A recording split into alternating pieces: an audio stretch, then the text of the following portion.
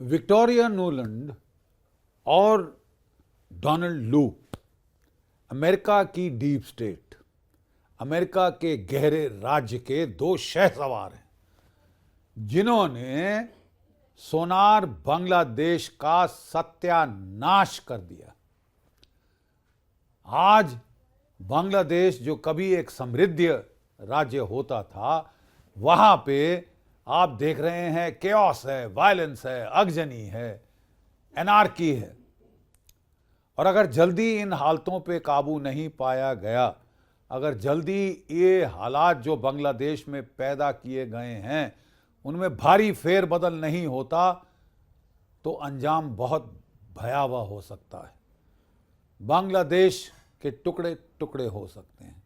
बांग्लादेश जो है एक coherent, it will cease to exist as a coherent nation state. ये सब हम कैसे इस अंजाम पे पहुंचे? कहानी दिलचस्प है। 3 साल पहले यूक्रेन रशिया का युद्ध शुरू हुआ। चचा बाइडेन वो फैसला करके आए थे कि मैं रूस को के साथ लड़ूंगा, यूक्रेन का इस्तेमाल करते हुए प्रॉक्सी वॉर लड़ूंगा, आखिरी यूक्रेनियन तक मैं रूस से लड़ूंगा, मैं पुतिन का तख्ता पलट कर दूंगा, मैं रूस की इकोनॉमी की तबाही के मोड़ पे मंजर पे ले आऊंगा और रूस को ही खत्म कर दूंगा साहब। ना रहेगा बांस, ना बजेगी बांसुरी, और मैं इतिहास में जाऊंगा एक चंगेज खान या पता नहीं किसके नाम से जिसने रूस का सफाया कर दिया। सफाया तो साहब दूर, आज तो बड़े बुरे हाल हो गए हैं यूक्रेन के, लेकिन वो अलग बात है, वो किस्सा फिर कभी। बात ये थी कि जब ये रूस यूक्रेन की जंग हुई, प्रॉक्सी वॉर थी अमेरिका की।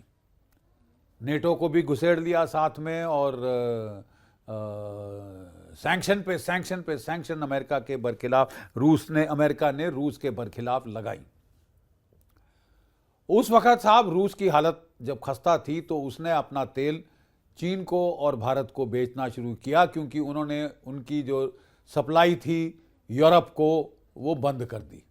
तो ज़्यादातर उनका गैस और ऑयल वो यूरोप की तरफ जा रहा था, क्योंकि वो ज्योग्राफिकली सबसे नज़दीक इलाका था। तो साहब जब ऐसी बात हुई तो रूस ने बड़े कम दामों पे हमको ऑयल बेचना शुरू किया, और ये हमारी इकोनॉमी के लिए एक बड़ी राहत थी कि हमें कम दामों पर रूसी ऑयल मिल रहा है, नहीं तो हमारी इकोनॉमी भी बड़ा धक्का खाती, हमको भी नुकसान होता बहुत। तो नेचुरली हमने रूस से ऑयल लिया। चचा बाइडेन कह रहे थे क्यों लिया क्या कहते हैं कि if you are not with us you are against us type. But Bharat ने बोला साहब हमारी रूस से कोई लड़ाई नहीं है, आपकी लड़ाई है, आप संभालिए। तो बहरहाल कुछ देर तक तो ये चलता रहा साहब। हमने कहा कि देखिए यूरोप के देश भी रूस से तेल और गैस वो ब्लैक मार्केट में खरीद रहे हैं, ठीक है, तो अगर आप उनको नहीं रोक पा रहे तो अब हमें क्यों रोक रहे हैं साहब। 1 साल तो चल गया साहब। उसके बाद जब पिटने शुरू हुए यूक्रेन के फौजी ग्राउंड के ऊपर, तो बाइडेन साहब को बड़ा आक्रोश आया कि ये तो मेरी पूरा जो है किए कराए पे पानी फिर गया है, मेरा पूरा प्लान बर्बाद हो गया है। तो उन्होंने धमकियां देनी शुरू करी, उनको खुंदक आनी शुरू हुई कि वो अब हार रहे थे। तो उन्होंने भारत को बोला यू आर विद अस और अगेंस्ट अस, आप फैसला करो, आप रूस से कुट्टी करो, क्योंकि हमने कुट्टी करी है, आप भी कुट्टी करो, हथियार लेने बंद करो, तेल लेना बंद करो, सब रिश्ते नाते बंद करो। साहब हमने फिर समझाया साहब रूस की और हमारी परंपरागत दोस्ती है, और रूस हमारा बड़ा he tried and tested friend रहा है, तो ऐसे कैसे हम रिश्ते तोड़ लें वगैरह। तो डोनाल्ड ट्रंप जो बाइडेन साहब की जो एडमिनिस्ट्रेशन थी, डेमोक्रेटिक डिस्पेंसेशन, उन्होंने फिर नकेल कसनी शुरू करी साहब। उन्होंने पाकिस्तान की आईएसआई को सपोर्ट देना शुरू किया कि तुम कश्मीर में गफलत करो, खालिस्तान के मुद्दे को गफलत करो, और कनाडा में ट्रूडो साहब को उकसाया कि तुम भारत को गाली गलौज करो खालिस्तान के मामले को लेकर। और फिर साहब वो जाके चढ़ गए बांग्लादेश के ऊपर, क्योंकि बांग्लादेश भारत का एक बहुत ही करीबी दोस्त था। हसीना वाजेद की इलेक्शन होनी थी, उन्होंने आके डोनाल्ड लू साहब वहाँ से पहुँच गए हसीना वाजेद के पास, उन्होंने बोला मोहतरमा आपकी इलेक्शन आ रही है, अगर आप जीतना चाहती हैं तो बस ज़रा हमारा साथ दीजिए, हम आपको जिता देंगे। तो बोले क्या करना होगा साहब मुझे, आप सेंट मार्टिन आइलैंड चुपचाप अमेरिका को सौंप दें, वहाँ हम नेवल बेस बनाएंगे भारत के बरखिलाफ, चीन के बरखिलाफ, म्यांमार के बरखिलाफ। और दूसरा, आप हमारी मदद करेंगी कि हम भारत के ईस्टर्न बॉर्डर पे एक कुकी लैंड, एक क्रिश्चियन देश बनाएं और भारत के टुकड़े यहाँ भी करें और पंजाब में भी टुकड़े के प्रयास हो ही रहे। तो हसीना वाजेद ने साफ मना कर दिया, नहीं साहब हमारी दोस्ती है भारत के साथ, हम ऐसा नहीं कर सकते। और तब से उनको पता था कि उनके जो है उल्टी गिनती शुरू है। अब साहब next part of the story, 2 साल पहले general Asim Munir, chief of the army staff Pakistan, वो अमेरिका जाते हैं साहब, और वहाँ पे वो वॉशिंगटन बेल्टवे के चक्कर लगाते हैं, वो पेंटागन में जाते हैं, वो जो आर्मी ब्रास है अमेरिका के, army joint chiefs of chairman joint chiefs of staff इत्यादि सबसे मिलते हैं। एक अजीब सी उनकी मुलाकात होती है, किसके साथ साहब, विक्टोरिया न्यूलैंड के साथ। विक्टोरिया न्यूलैंड मोहतरमा कौन है मैडम, ये वही मैडम है जिन्होंने यूक्रेन में तख्ता पलट किया था, मैदान कू किया था। ये वही मैडम है जिन्होंने अरब स्प्रिंग कराए थे, तुनीसिया में, इजिप्ट में, अल्जीरिया में, एक के बाद एक देश में सरकारें ढहाई थी। और ये CIA की टेक्निक जो है कू करने की अगेंस्ट वेल एस्टैब्लिश रिजीम, वो बिल्कुल परफेक्ट कर ली गई थी। मास टेक्सटिंग करो मोबाइल्स के ऊपर, सोशल मीडिया पे हावी हो जाओ और नैरेटिव्स अपने लगाओ, लोगों को उकसाओ और तख्ते पलट कर दो सरकारों के। अब यही फलसफा उन्होंने शेख हसीना वाजेद के बरखिलाफ लगाया बांग्लादेश में। तो यहाँ साहब उन्होंने इतना, उनका अपना ग्राउंड पे वर्चस्व नहीं था, खूब पैसे CIA ने लगाए और फिर CIA ने ISI को बुलाया। विक्टोरिया न्यूलैंड ने ये ISI की मदद के लिए पाकिस्तान के आर्मी चीफ से बात करी थी कि ISI को साहब मैदान में उतारा गया बांग्लादेश में कि आपके कॉन्टैक्ट बड़े अच्छे हैं। ISI ने साहब इन टर्न उन्होंने जमायते इस्लामी के जो उनके कॉन्टैक्ट्स थे उनको जिलाया और बोला साहब एक्टिव हो जाओ, हर स्टूडेंट यूनियन, हर यूनिवर्सिटी, हर कॉलेज में पेनिट्रेट करो। तो ढाका स्टूडेंट यूनियन और आपकी चिटागोंग स्टूडेंट यूनियन, बहरहाल, बारशिहाल,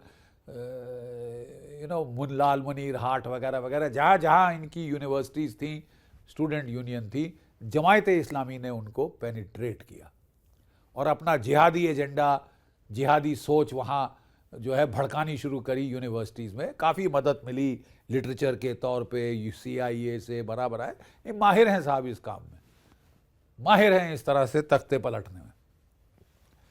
तो साहब उन्होंने ये वहाँ पे हसीना वाजेद अच्छा काम कर रही थी, उन्होंने इकॉनमी को बहुत ऊंचा कर दिया था, जो कि रेडीमेड गारमेंट्स की इंडस्ट्री है उससे उन्होंने एक्सपोर्ट करने शुरू किए थे।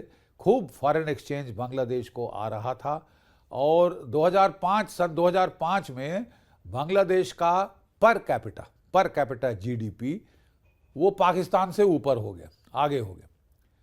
और उसके 3-4 साल बाद भारत के पर कैपिटा GDP से भी आगे हो गया। पर कैपिटा, ओवरऑल GDP तो भारत का बहुत ज़्यादा है, लेकिन जब आप उसको डिवाइड करते हैं पॉपुलेशन से तो उनका GDP हायर हो गया। और बहुत सारे जो फैक्टर्स थे, डेवलपमेंटल फैक्टर्स, उसमें वो भारत से आगे दिखाए जाने लगा था। फिर अफसोस कोविड हुआ, कोविड ने तबाह कर दिया रेडीमेड गारमेंट इंडस्ट्री को, क्योंकि आप बैठ नहीं सकते थे इकट्ठे फैक्ट्रीज में, शॉप फ्लोर्स में, तबाही हो गई। इस इकोनॉमिक डाउनटर्न का पूरा फ़ायदा उठाया CIA ने, ISI ने और दुष्प्रचार शुरू किया हसीना वाजेद की सरकार के खिलाफ। जो कॉजेस बेली थी वो क्या निकाली कि 30% रिजर्वेशन मुक्ति जोधास के लिए है। 30% रिजर्वेशन, हमको भी सबक सीखना चाहिए। बियॉन्ड अ पॉइंट रिजर्वेशन जो हैं उनका उल्टा असर भी हो सकता है। तो काफ़ी इस पे जिद्दोजहद हुई, बड़ा तमाशा खड़ा किया, बवाल खड़ा किया स्टूडेंट यूनियंस ने, ये 30% रिजर्वेशन नहीं होनी चाहिए, हटाओ इसको।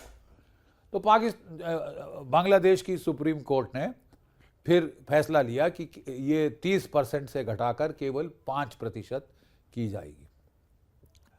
5% भी साहब जो बात हुई नॉर्मल तरीके में तो ये इसका मतलब प्रॉब्लम उन्होंने एंड कर दी, ये एजिटेशन खत्म होनी चाहिए थी। ये एजिटेशन बढ़ गई। अब चार्ज क्या लगाया गया कि बहुत ज़्यादा फोर्स लगाया है आपने इसको दबाने के लिए, इतने लोग मर गए, इतने लोग ये हो गए, इतने लोग, बड़ा चढ़ा के बहुत नैरेटिव भड़काया गया। मतलब मुद्दा एक था, भाड़ में गई रिजर्वेशन वगैरह, मुद्दा था शेख हसीना वाजिद का तख्ता पलट करना है। जो अपने जो बाइडन साहब है उन्होंने फैसला ले लिया है कि ये मोहतरमा राज नहीं करेंगी, ये हमारा सपोर्ट नहीं कर रही, ये भारत का सपोर्ट कर रही है, इनका तख्ता पलट करो, भारत को नुकसान करो इसके जरिए, और इसका जमीन पकड़कर भारत के खिलाफ और षड्यंत्र करो, नॉर्थ ईस्ट में करो। तो साहब इसके चलते वो अब हम सब जानते हैं, बाकी तो सब इतिहास है, खूब बढ़ाई गई ये एजिटेशन, ये अरब स्प्रिंग, ये ग्रीन रेवोल्यूशन बांग्लादेश की, ठीक है। और उसके चलते लोग अब हजूम जो है उसको भड़काकर हसीना वाजिद को मार डालो, इसके लिए स्टूडेंट यूनियन के जत्थे पहुंचने लगे हसीना वाजिद के प्राइम मिनिस्टर घर के बाहर। उस वक़्त भारत को जब भनक हुई तो डोवाल साहब ने हेलीकॉप्टर भिजवाया और हसीना वाजिद को वहाँ से बचा के निकाल के ले आए। आधे घंटे का केवल वक्फा था जिसने उनकी जान बचा दी, नहीं तो जो उनकी पूरी फैमिली की हाल हुई है, किया था इन लोगों ने, इस्लामिक कट्टरपंथियों ने, वो फिर होने वाला था। तो साहब अब जो है उनको यहाँ ले आया गया और यहाँ तो साहब नंगा नाच हो गया हिवानियत का। लोगों को जो जो जो अवामी लीग के थे उनको घरों से निकाल कर मारा गया, घर जलाए गए, उनको उल्टा टांग दिया गया, पाँव से, पुलों से उनकी लाशों को, टेलीफोन तारों से उनको टांग के फांसी दे दी गई। और फिर जो थे आपके जो माइनॉरिटी के खिलाफ तो खास इन्होंने अपना जहर उगला, घर जला दिए, मंदिर तोड़ दिए, और जो है आपके औरतों का बलात्कार किया गया। इस्कॉन के जो चीफ प्रीस्ट थे उनको अरेस्ट किया, उनको टॉर्चर किया, तशद्दुद दी गई जेल के अंदर। लॉयर जब लगाया गया उनके बचाव के लिए उसको गोली मार दी, दूसरा लॉयर सबको धमकी दी, खबरदार ने किसी ने इसका केस लिया। और वो स्टूडेंट पहुंच गए चीफ जस्टिस के घर में और उसको उठा के बाहर फेंका और बोला कि आपसे आज चीफ जस्टिस नहीं है, कोई और होंगे। वो आर्मी चीफ को भी हटाना चाहते थे, फिर फौज ने आंखें दिखाई कि खबरदार, 10 फार एंड नो फर्दर, अभी तक तो हम चुपचाप देख रहे हैं, इसके अलावा फिर और कुछ हो सकता है। अब साहब जो बीएनपी पार्टी थी बांग्लादेश में, वो बहुत खुश थी कि हाँ साहब अब मौका मिला है अवामी लीग को धूल चटाने का। तो उन्होंने साहब जो है मोहम्मद यूनुस साहब तब तक जो है पैराशूट कर दिए गए वॉशिंगटन से कि आप बांग्लादेश के कर्ता धाता कर्णधार बनेंगे, केयर टेकर गवर्नमेंट आप बनाएंगे। है ये कौन है साहब? ये मोहम्मद यूनुस साहब। ये साहब ग्रामीण बैंक के एस्टैब्लिश इन्होंने की थी बांग्लादेश में कि देहाती इलाकों में, रूरल एरियाज में ये माइक्रो फाइनेंसिंग करें, माइक्रो लोन्स दें बेचारे गांव वालों को, मछुआरों को, इत्यादि इत्यादि, गरीब तबके को, और ताकि वहाँ पे खुशहाली आए। और इनको नोबेल पीस प्राइज दे दिया गया। सब कहाँ शांति, कहाँ से इन्होंने कहाँ पे बहरहाल का यहाँ पे बसाई, ये तो समझ नहीं आया, लेकिन इनको नोबेल पीस प्राइज दिया गया। ये खासकर दिया भी ऐसे लोगों को जो अमेरिका की डीप स्टेट के लिए चमचागिरी करते हैं। और फिर साहब असली वजह पता चली हिलरी क्लिंटन इलेक्शन लड़ रही थी, डेमोक्रेट हिलरी क्लिंटन, किनके बरखिलाफ? प्रेसिडेंट डोनाल्ड ट्रंप के बरखिलाफ। बड़ी कांटे की टक्कर थी और ये वो, और पूरी उम्मीद थी दुनिया को कि हिलरी क्लिंटन जीत जाएंगी। तब मोहम्मद यूनुस साहब ने अपनी ग्रामीण बैंक से गरीबों से पैसा लूट कर, खून चूस कर, उन्होंने कोई $3.5 लाख दिए पहले एक ट्रांचे में कैंपेन फंड के लिए हिलरी क्लिंटन के, फिर 2.5 लाख और दिए, मतलब कोई $6,600,000, तकरीबन $1 मिलियन उन्होंने कंट्रीब्यूट किए हिलरी क्लिंटन की वॉर चेस्ट में कि आप मैडम लड़ें और हराएं इस डोनाल्ड ट्रंप को, धूल चटाएं डोनाल्ड ट्रंप को। अफसोस कि वो बेचारी हार गई। लेकिन हैरत इस बात की है कि नॉर्मली अमीर मुल्क गरीब मुल्कों को पैसे देते, यहां आप देखिए गरीब मुल्क की एक ग्रामीण बैंक से पैसे लूट कर ये शख्स कोई $6 लाख इसने हिलरी क्लिंटन की वॉर चेस्ट में दिए।